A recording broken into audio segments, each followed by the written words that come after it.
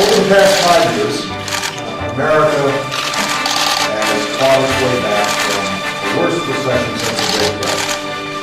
We passed historic reforms to prevent another crisis and to protect consumers. In the past 3.5 years, our businesses have created 7.5 million new jobs. Our housing market is rebounding, manufacturing is growing, the auto industry has come rolling back, and assets are the deficit in hand.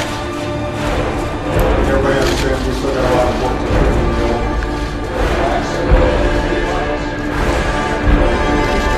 I'm not drinking the Kool-Aid. I think if you look at it in historic perspective, this is another huge bubble driven by the Fed.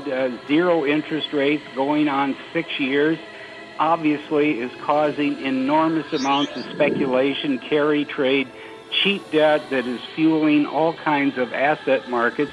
This is a financial asset bubble, and you can see it in the valuations if you want to look at it. The Russell 2000 is hitting another peak today. It's trading at 75 times reported trailing earnings. That makes no sense. It's up 43% in the last year. Earnings of the Russell 2000 companies have not increased at all.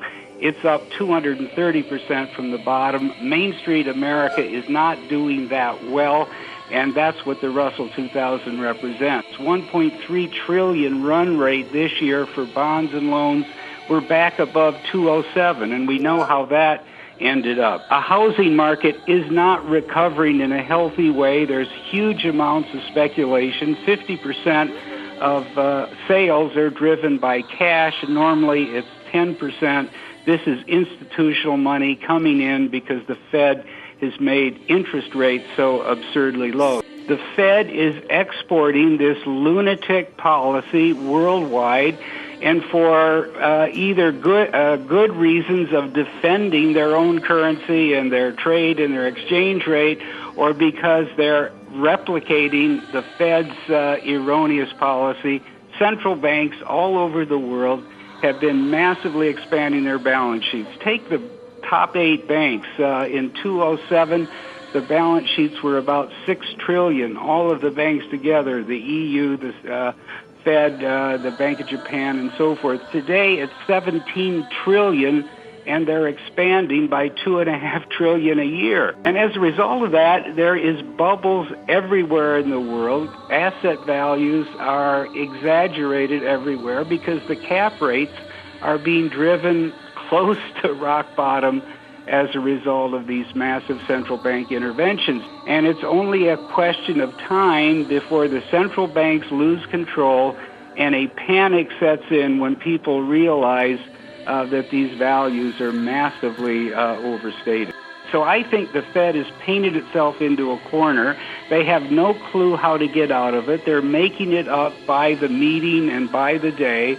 I have no hope that Yellen has any clue. She's an unreconstructed Keynesian who believes that, you just keep pouring liquidity into the market and maybe something good will happen. This is dangerous. We're in a very dangerous financial system that has been more or less wrecked by central banks and the policies.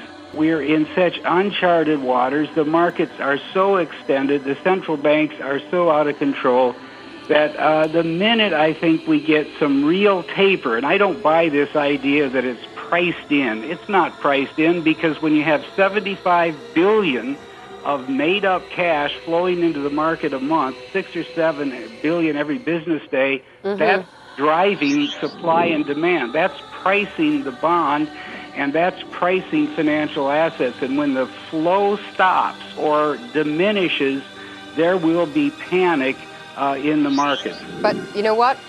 With all due respect and for the sake of the global economy, I hope you're wrong, David Stockman. But thank you very much for joining us today, former head of the OMB and the recent author of The Great Defamation.